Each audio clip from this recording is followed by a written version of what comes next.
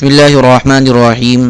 نبی کریم صلی اللہ علیہ وسلم اور آپ کے صحابہ کرام رضی اللہ عنہم کس طرح مسجدوں میں نمازوں کے لیے جمع ہوتے تھے، خود انہیں نمازوں کا کتنا شوق تھا اور دوسروں کو نماز کی کتنی ترغیب دیتے تھے، اور نمازوں کے اوقات کے بدلنے سے وہ یہ سمجھتے تھے کہ ہمارا اصل کام ایک حکم خداوندی سے دوسرے حکم میں اور ایک عمل صالح سے دوسرے عمل میں لگنا ہے، اور انہیں ان اعمال کا حکم دیا تھا کہ وہ ایمان اور ایمانی صفات کو پکا کریں، علم اور علم والے اعمال کو پھیلائیں اور اللہ کے ذکر کو زندہ کریں اور دعا کو اور اس کی قبولیت کی شرائط کو قائم کریں۔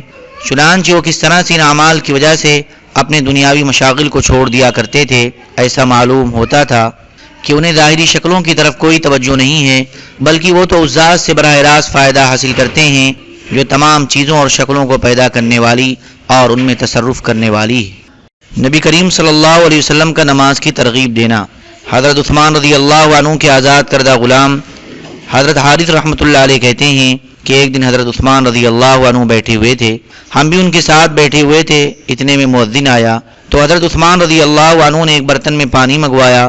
میرا خیال یہ ہے کہ اس میں ایک مد تقریباً 14 چھٹاک پانی آتا ہوگا، اس سے وضو کیا، پھر فرمایا کہ جیسا میں نے اب وضو کیا ہے، حضور صلی اللہ علیہ وسلم کو میں نے ایسا ہی وضو کرتے ہوئے دیکھا۔ پھر حضور نے فرمایا جو میرے اس وضو جیسا وضو کرے گا، پھر کھڑے ہو کر ظہر کی نماز پڑھے گا تو اس کے ظہر اور فجر کے درمیان کے گناہ معاف کر دیے جائیں گے، پھر وہ عصر کی نماز پڑھے گا تو اس کے عصر اور ظہر کے درمیان کے گناہ معاف کر دیے جائیں گے، پھر وہ مغرب کی نماز پڑھے گا تو مغرب اور عصر کے درمیان کے گناہ معاف کر دیے جائیں گے، پھر وہ عشاء کی نماز پڑھے گا تو عشاء اور مغرب کے درمیان کے گناہ معاف کر دیے جائیں گے، پھر وہ ساری رات بستر پر کروٹیں بدلتے ہوئے گزار دے گا، پھر وہ اٹھ کر وضو کر کے فجر کی نماز پڑھے گا تو اس کے فجر اور عشاء کے درمیان کے گناہ معاف کر دیے جائیں گے۔ یہی وہ نیکیاں ہیں جو گناہوں کو دور کر دیتی ہیں۔ مجلس کے ساتھیوں نے پوچھا، اے عثمان، یہ تو حسنات ہو گئی، تو باقیات صالحات کیا ہوں گی؟ حضرت عثمان رضی اللہ عنہ نے کہا، باقیات صالحات ہی کلمات ہیں، لا الہ الا اللہ و سبحان اللہ والحمد للہ واللہ اکبر ولا حول ولا قوة الا باللہ۔ حضرت ابو عثمان رحمۃ اللہ علیہ کہتے ہیں کہ میں حضرت سلمان رضی اللہ عنہ کے ساتھ ایک درخت کے نیچے تھا، انہوں نے اس درخت کی ایک خشک ٹہنی پکڑ کر اس کو حرکت دی جس سے اس کے پتے گر گئے، پھر مجھ سے کہنے لگے کہ ابو عثمان، تم نے مجھ سے یہ نہ پوچھا کہ میں نے اس طرح کیوں کیا؟ میں نے کہا بتا دیجئے کیوں کیا؟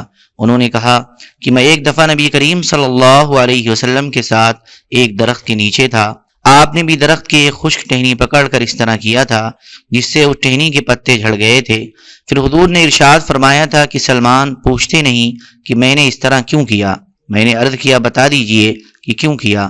آپ صلی اللہ علیہ وسلم نے ارشاد فرمایا تھا کہ جب مسلمان اچھی طرح سے وضو کرتا ہے، پھر 5 نمازیں پڑھتا ہے تو اس کی خطائیں اس سے ایسے ہی گر جاتی ہیں جیسے یہ پتے گرتے ہیں۔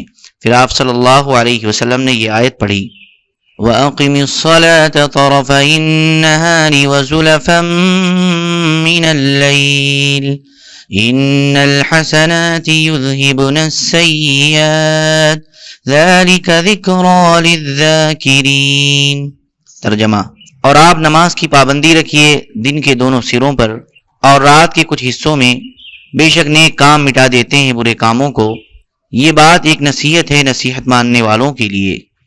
حضرت عامر بن سعد بن ابی وقاص رحمۃ اللہ علیہ کہتے ہیں کہ میں نے حضرت سعد اور نبی کریم صلی اللہ علیہ وسلم کے چند صحابہ رضی اللہ عنہم کو یہ واقعہ بیان کرتے ہوئے سنا کہ حضور صلی اللہ علیہ وسلم کے زمانے میں 2 بھائی تھے، ان میں سے ایک دوسرے سے افضل اور زیادہ نیک تھا، تو جو افضل تھا اس کا تو انتقال ہو گیا اور دوسرا ایک عرصہ تک زندہ رہا، پھر اس کا بھی انتقال ہو گیا۔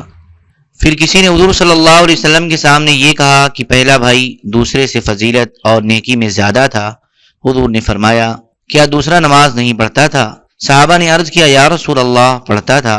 حضور نے فرمایا تمہیں کیا معلوم اسے اس کی نمازوں نے کہاں تک پہنچا دیا؟ پھر حضور نے اس موقع پر فرمایا کہ نماز کی مثال ایسی ہے کہ کسی کے دروازے پر ایک نہر ہو جس کا پانی جاری، گہرا اور میٹھا ہو، اور وہ روزانہ اس میں 5 مرتبہ غسل کرے، تو تمہارا کیا خیال ہے کہ کیا اس کی میل میں سے کچھ باقی رہے گا؟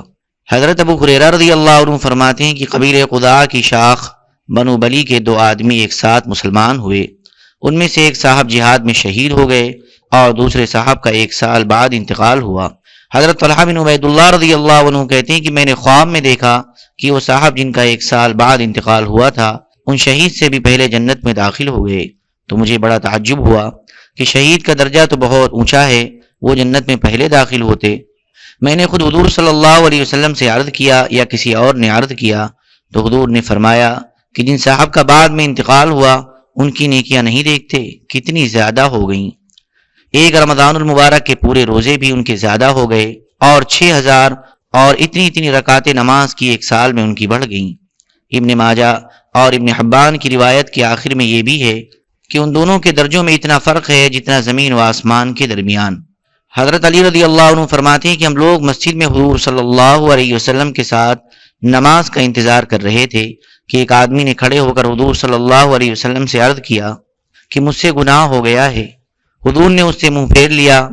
جب آپ صلی اللہ علیہ وسلم نماز سے فارغ ہوئے تو اس آدمی نے کھڑے ہو کر دوبارہ وہی بات کہی۔ حضور نے فرمایا کیا تم نے ہمارے ساتھ یہ نماز نہیں پڑھی اور کیا تم نے اس نماز کے لیے اچھی طرح وضو نہیں کیا؟ اس نے کہا کیوں نہیں؟ حضور نے فرمایا یہ نماز تیرے اس گناہ کا کفارہ ہے۔ حضرت عبداللہ بن عمرو رضی اللہ عنہما فرماتے ہیں کہ ایک آدمی نے حضور صلی اللہ علیہ وسلم کی خدمت میں حاضر ہو کر پوچھا کہ سب سے افضل عمل کون سا ہے؟ حضور نے فرمایا نماز۔ اس نے پوچھا پھر کیا؟ حضور نے فرمایا نماز۔ اس نے پوچھا پھر کیا؟ حضور نے فرمایا نماز۔ 3 دفعہ حضور صلی اللہ علیہ وسلم نے یہی جواب دیا۔ جب اس نے حضور صلی اللہ علیہ وسلم سے بار بار یہی سوال کیا تو حضور نے فرمایا نماز کے بعد افضل عمل جہاد فی سبیل اللہ ہے۔ اس آدمی نے کہا میرے والدین حیات ہیں۔ حضور نے فرمایا میں تمہیں والدین کے ساتھ حسن سلوک کا حکم دیتا ہوں۔ اس آدمی نے کہا اس ذات کی قسم جس نے آپ کو حق دے کر اور نبی بنا کر بھیجا ہے، میں جہاد ضرور کروں گا اور دونوں کو چھوڑ جاؤں گا۔ حضور صلی اللہ علیہ وسلم نے فرمایا اسے تم مجھ سے زیادہ جانتے ہو کہ تمہارے والدین محتاج خدمت ہیں یا نہیں اور تمہارے علاوہ اور کوئی خدمت کرنے والا ہے یا نہیں۔ حضرت عمرو بن مرہ جوہنی رضی اللہ عنہ فرماتے ہیں کہ ایک آدمی نے حضور صلی اللہ علیہ وسلم کی خدمت میں حاضر ہو کر عرض کیا یا رسول اللہ ذرا مجھے یہ بتائیں کہ اگر میں اس بات کی گواہی دوں کہ اللہ کے سوا کوئی معبود نہیں اور آپ اللہ کے رسول ہیں اور 5 نمازیں پڑھوں اور زکوٰۃ ادا کروں اور رمضان شریف کے روزے رکھوں اور اس میں رات کو نفل نماز بھی پڑھوں تو میں کن لوگوں میں شمار ہوں گا؟ حضور صلی اللہ علیہ وسلم نے فرمایا صدیقین اور شہداء میں۔ حضرت انس رضی اللہ عنہ فرماتے ہیں کہ وفات کے وقت حضور صلی اللہ علیہ وسلم بار بار یہی وصیت فرماتے رہے کہ نماز کا اور اپنے غلاموں کا خیال رکھنا۔ آپ یہ وصیت فرماتے رہے یہاں تک کہ غرغرہ کی حالت شروع ہو گئی اور زبان سے کلمات صاف ادا نہیں ہو رہے تھے۔ امام احمد نے یہی حدیث حضرت انس رضی اللہ عنہ سے اس طرح نقل کی ہے کہ انتقال کے وقت حضور صلی اللہ علیہ وسلم بار بار یہی وصیت فرماتے رہے کہ نماز کا اور اپنے غلاموں کا خیال رکھنا۔ آپ یہ وصیت فرماتے رہے یہاں تک کہ سینے میں سانس اکھڑ گیا اور آپ کی زبان سے یہ الفاظ پورے طور سے ادا نہیں ہو رہے تھے۔ اور حضرت علی رضی اللہ عنہ کی روایت میں یوں ہے کہ حضور صلی اللہ علیہ وسلم نے مجھے اس بات کا حکم دیا کہ میں ان کے پاس بڑی تشتری جیسی پھیلی ہوئی کوئی چیز لاؤں جس پر حضور وہ بات لکھوا دیں جس کے بعد حضور صلی اللہ علیہ وسلم کی امت گمراہ نہ ہو سکے۔ حضرت علی رضی اللہ عنہ فرماتے ہیں کہ مجھے یہ خطرہ ہوا کہ کہیں میرے جانے کے بعد حضور صلی اللہ علیہ وسلم کا انتقال نہ ہو جائے، اس لیے میں نے عرض کیا میں آپ کی بات زبانی سمجھ لوں گا اور یاد رکھ لوں گا۔ حضور نے فرمایا میں نماز، زکوٰۃ اور غلاموں کے خیال رکھنے کی وصیت کرتا ہوں۔ ابن سعد نے حضرت علی رضی اللہ عنہ سے بھی اسی جیسی حدیث روایت کی ہے اور اس میں یہ بھی ہے کہ پھر حضور صلی اللہ علیہ وسلم نماز، زکوٰۃ اور غلاموں کے خیال رکھنے کی مسلسل وصیت فرماتے رہے یہاں تک کہ آپ کی روح پرواز کر گئی، اور اسی طرح روح پرواز کرنے تک آپ کلمہ شہادت اشہد ان لا الہ الا اللہ واشہد ان محمدا عبدہ ورسولہ پڑھنے کی وصیت فرماتے رہے۔ اور یہ بھی حضرت علی رضی اللہ عنہ کی دوسری حدیث میں ہے، اور یہ بھی فرمائے کہ جو بھی شہادت کی ان دونوں باتوں کی گواہی دے گا اسے آگ پر ضرور حرام کر دیا جائے گا۔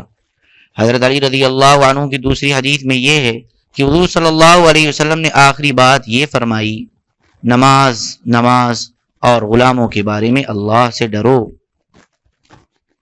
اللہم صلی علی سیدنا و حبیبنا ومحبوبنا ومولانا محمد وبارك وسلم. سبحان ربك رب العزة عما يصفون وسلام على المرسلين والحمد لله رب العالمين.